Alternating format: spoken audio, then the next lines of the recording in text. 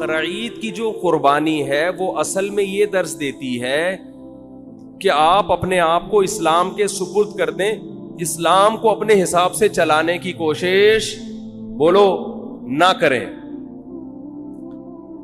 رسول اللہ صلی اللہ علیہ وسلم سے جب پوچھا گیا کہ قربانی کیا ہے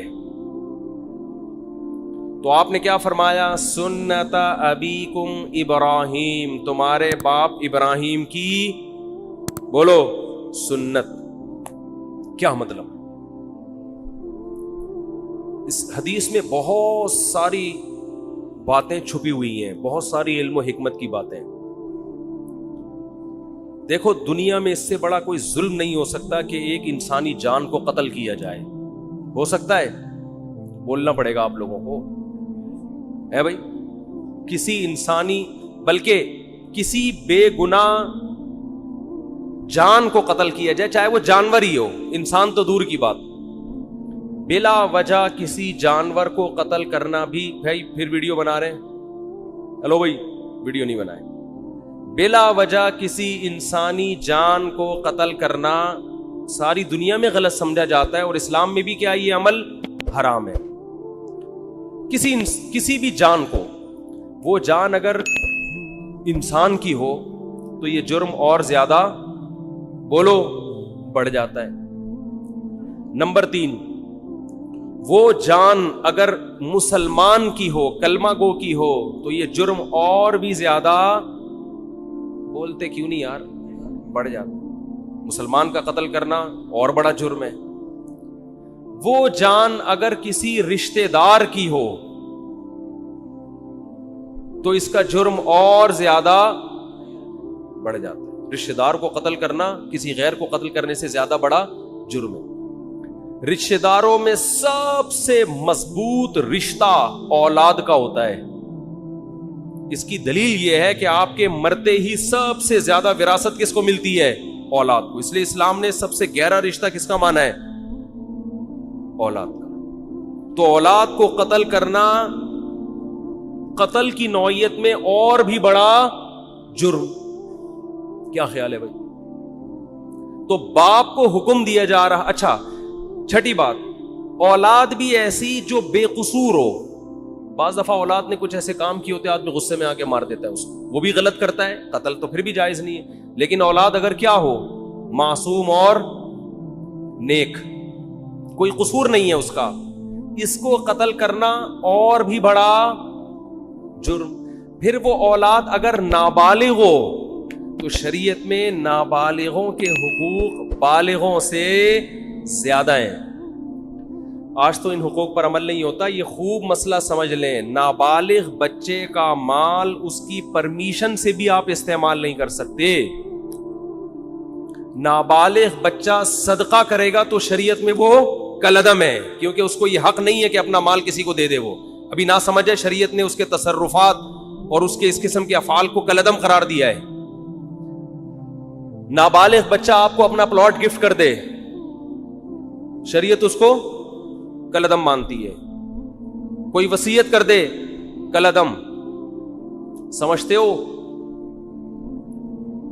کیونکہ اس کے مال کی حفاظت اور اس. اچھا, نابالغ بچے سے آپ کوئی کام بھی نہیں لے سکتے. یہ بہت اہم پوائنٹ کی بات ہے. لوگ خدمت لے رہے ہوتے ہیں نا, وہ بچہ کوئی جا بیٹا یہ لے کر آ, جا بیٹا پانی لے کر آ, جا بیٹا یہ لے کر آ.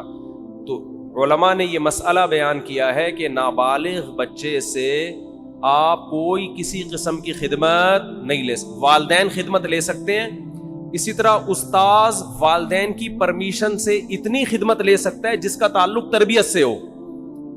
بہت مشکل ہے بات سمجھانا, بہت مشکل. مثال کے طور پر آپ نے پڑھنے کے لیے اپنا بچہ کسی ٹیچر کے حوالے کیا. اب ٹیچر کا ادب بھی آپ چاہتے ہیں اپنے بچے کو سکھانا, تو ماں باپ نے بچے سے یہ کہا اور ٹیچر سے بھی یہ کہا کہ اس سے خدمت لیتے رہا کریں. کبھی کبھار پانی منگوا لیا, یہ کام کروا لیا, دکان سے جو ہے وہ کوئی چیز منگوا دی, تاکہ اس میں استاذوں کی خدمت کا جذبہ برقرار رہے. تو ٹیچر اس نیت سے اس سے خدمت لے سکتا ہے تاکہ اس میں خدمت کا جذبہ برقرار رہے, اور یہ بھی جب لے سکتا ہے جب بچے کے والدین کی طرف سے ٹیچر کو اس کی پرمیشن بھی ہو, کیونکہ اصل متولی ماں باپ ہیں, استاذ نہیں ہے. بہت مشکل ہے یار، کیسے سمجھائیں. تو لیکن آج کیا ہو رہا ہے، بعض اداروں میں بچوں سے محنت مشقت والے کام لیے جاتے ہیں، تو وہ جائز نہیں ہے، ان سے خوب سمجھ لیں. اسی طرح ہنر سکھانے کے لیے بھی بچے سے خدمت لی جا سکتی ہے والدین کی پرمیشن سے. ماں باپ اپنے بچے کو میکینک بنانا چاہتے ہیں تو شو روم میں لے جا کے وہ جو ورک شاپ میں بٹھا دیا، تو وہاں جو بھی استاذ ہے اس سے کہا کہ بھائی اس سے پلگ پانا وغیرہ کھلواؤ تاکہ اس کو یہ کام آئے. تو ہنر سکھانے کی نیت سے بھی ٹیچر استاذ وہ نابالغ بچے سے خدمت لے سکتا ہے. کس کی پرمیشن سے؟ ماں باپ کی. مگر اس میں بھی یہ ہے کہ یعنی زیادہ محنت مشقت والے کام اس صورت میں بھی جائز نہیں ہے کہ جس سے وہ تنگ آنا شروع ہو جائے. سمجھتے ہو؟ یہاں ایک مدرسہ ہے، مجھے نہیں یاد پڑتا کہ میں کبھی کسی بچے سے میں نے پانی بھی منگوایا ہو، مجھے نہیں یاد پڑتا. تو یہ اصول ہے، خوب سمجھ لیں. تو اس سے پتہ چلتا ہے کہ نابالغ کے حقوق اسلام میں بالغوں سے زیادہ ہیں. ٹھیک ہے، تو اس کا قتل کرنا تو اور بڑا جرم ہوگا نا. تو ابراہیم علیہ السلام کو اللہ تعالی حکم دے رہے ہیں کہ آپ قتل کریں ایک جان کا، اور وہ جان بھی انسانی جان، اور انسانی جان بھی معصوم بے گناہ، اور معصوم بھی آپ کا رشتہ دار، اور رشتہ دار بھی وہ جو سب سے قریبی، اور نابالغ بھی جس کے حقوق بالغوں سے زیادہ ہیں. اور مزید ایک بات یہ کہ وہ بچہ جو آپ کو آپ کی قربانیوں کے صلے میں بطور گفٹ ملا تھا، نہیں آ رہی بات، ابراہیم علیہ السلام نے جب اللہ کے لیے قربانیاں دی ہیں نا تو اس کے گفٹ میں اللہ نے کیا دیے؟ اسماعیل. تو یہ تو اور زیادہ عجیب سی، یہ تو یعنی illogical بات بھی ہو گئی کہ معاذ اللہ نقل کفر ایک بہت بڑا جرم بھی کروایا جا رہا ہے، قتل انسانی کا، اور illogical کام بھی کروایا جا رہا ہے، اس لیے کہ جو چیز بطور گفٹ کے دی جاتی ہے وہ کبھی واپس نہیں لی جاتی. وہ طبعی عمر کو پہنچنے کے بعد انتقال کر جائے تو وہ تو سب نہیں مرنا ہے. ابراہیم علیہ السلام کہہ سکتے تھے اللہ تو نے تو میری قربانیوں کے صلے میں مجھے یہ بیٹا دیا تھا، تو دیا کیوں تھا جب تو نے اس عمر میں لینا تھا اور میرے ہی ہاتھوں ذبح کروانا تھا اس کو؟ کوئی لاجک سمجھ میں آتی ہے؟ آپ لوگ کی سمجھ میں آ رہی ہے میرا خیال ہے، تو بول لو نہیں آتی سمجھ. کوئی آتی ہے سمجھ میں لاجک اس کی؟ بالکل illogical کام، بالکل illogical کام. لیکن ابراہیم علیہ الصلوۃ والسلام نے فوراً حکم کی تعمیل کے لیے تیار ہو. کیوں؟ اس لیے کہ اللہ جب کسی بات کا حکم دے دے تو وہ illogical بھی کیا بن جاتا ہے؟ بولو. یہ چیز آج لبرل لوگوں کی کھوپڑی شریف میں بیٹھ نہیں رہی ہے. یہ ہر چیز میں پوچھتے ہیں کیوں، وائی، اس میں کیا ہے، کھڑے ہو کر پانی پینا کیوں، بیٹھ کے پیوں. میں وہ ان سے جب بھی کوئی پوچھے نا اسلام میں بیٹھ کر پانی پینا کیوں افضل ہے، کھڑے ہو کر بھی جائز ہے، افضل ہے بیٹھ کے پیو. اس بولے کپڑے کیوں پہنے ہوئے ہیں، کیوں کا جواب دیکھو. جب بھی کوئی گمراہ آدمی کیوں کرے نا، سوال پوچھے، تو جواب دینے کے بجائے اس سے سوالات پوچھنا شروع کر دو کہ تیرے اوپر پہلے 10 سوال ہیں تو اس کا جواب دے. ہمیشہ ہر باطل کی عادت ہوتی ہے وہ آپ کو سوالات میں الجھائے. آپ اسی سے پوچھو کہ اور بہت سارے کیوں ایسے جن کا تمہارے باپ کے پاس بھی، اب تو باپ کا لفظ اب چلے گا، جس کا تمہارے باپ کے پاس بھی کوئی جواب نہیں ہے.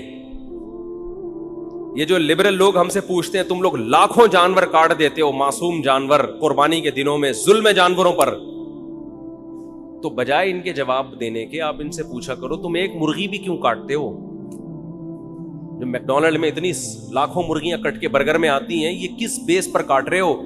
کیونکہ انسان اتفاق سے جب وجود میں آیا ہے، یہ جانور بھی اتفاق سے وجود میں آئے ہیں، تو اتفاق سے وجود میں آئی ہوئی چیزوں میں کسی کو کسی پر برتری حاصل نہیں ہوتی. جتنا حق زندہ رہنے کا اس دنیا میں انسان کا ہے اتنا ہی حق مرغیوں کا بھی ہے. آپ کہہ سکتے ہو کہ جانور بھی تو ایک دوسرے کو کھاتے ہیں، تو وہ تو جانور ہے نا، وہ تو گدھے ہیں ان کو تو سینس نہیں ہے. آپ کو تو کھوپڑی دی اللہ نے، اللہ کو نہیں مانتے، چلو فطرت نے دی آپ کو کھوپڑی. اور آپ کے پاس کھانے کی دنیا میں اور کم چیزیں. دال کھاؤ, ماش کی دال میں اتنا پروٹین ہے, گوشت کی ضرورت کافی حد تک پوری کر دیتی ہے ماش کی دال. ہندو کھاتے ہیں نا دالیں کھا کھا کے تو 99 سال زندہ رہتے ہیں.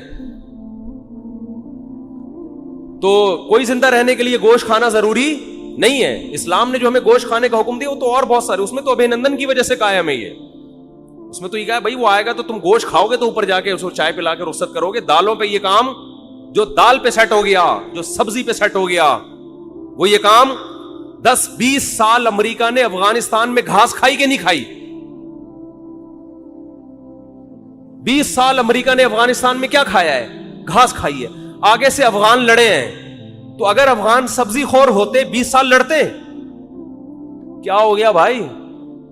20 سال یہ دمبے کھا کے لڑے ہیں میرے بھائی. یہ سبزیوں پہ لڑائیاں نہیں ہوتی. تو گوشت کے تو سائیڈ افیکٹ ہیں کہ اس سے لڑتا ہے آدمی. تو لبرل لوگوں کو تو گوشت کی تو پیس, وہ کیا ہے, لو پیس چاہتے ہیں نا دنیا میں, اور بھی 2-4 اس طرح کے الفاظ ہیں, پیس, لو, اور کیا ہے, خیر وہ سوچتے رہیں بعد میں بیٹھے.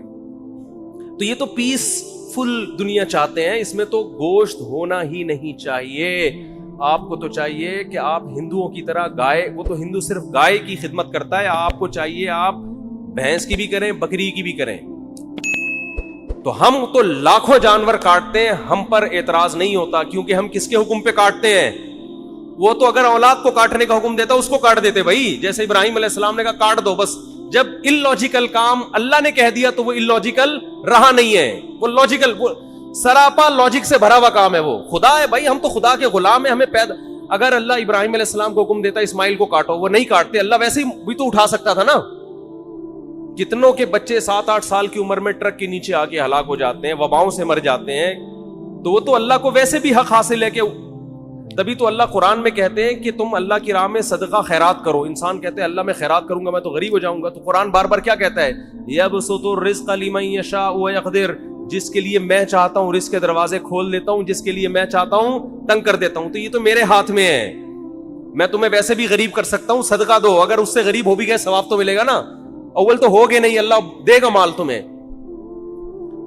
تو ہمارے پاس تو دلیل ہے ہمارے رب کی طرف سے, اس نے ہمیں حکم دیا بقرعید کے 3 دنوں میں اپنے حبیب سے کہلوا دیا صلی اللہ علیہ وسلم, اللہ کو جانور کا خون بہانے سے زیادہ کوئی عمل محبوب, بولو نا بھائی, نہیں ہے. تو ہمارے پاس تو دلیل ہے کہ ابراہیم کو اللہ نے حکم دیا اپنے بیٹے کو ذبح کرو.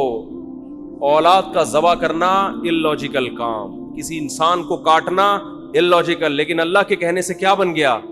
لاجک سے بھرا ہوا. اب اس پہ اعتراض کرنا illogical ہے. تو وہ خدا اگر ہمیں دمبے کاٹنے کا حکم دے اور اس میں انسانوں کا فائدہ بھی ہو, خود ان جانوروں کا بھی فائدہ ہے, خود ان جانوروں کا. اگر یہ جانور نہ کٹیں تو یہ تو بڑھاپے میں ان کو کون پوچھے گا؟ آپ انڈیا میں گایوں کی حالت دیکھو, بوڑھی گایوں کی, جن کو ماں جب بنایا ہے تو ماں جیسا بڑھاپے میں سلوک تو کرو ان کے ساتھ.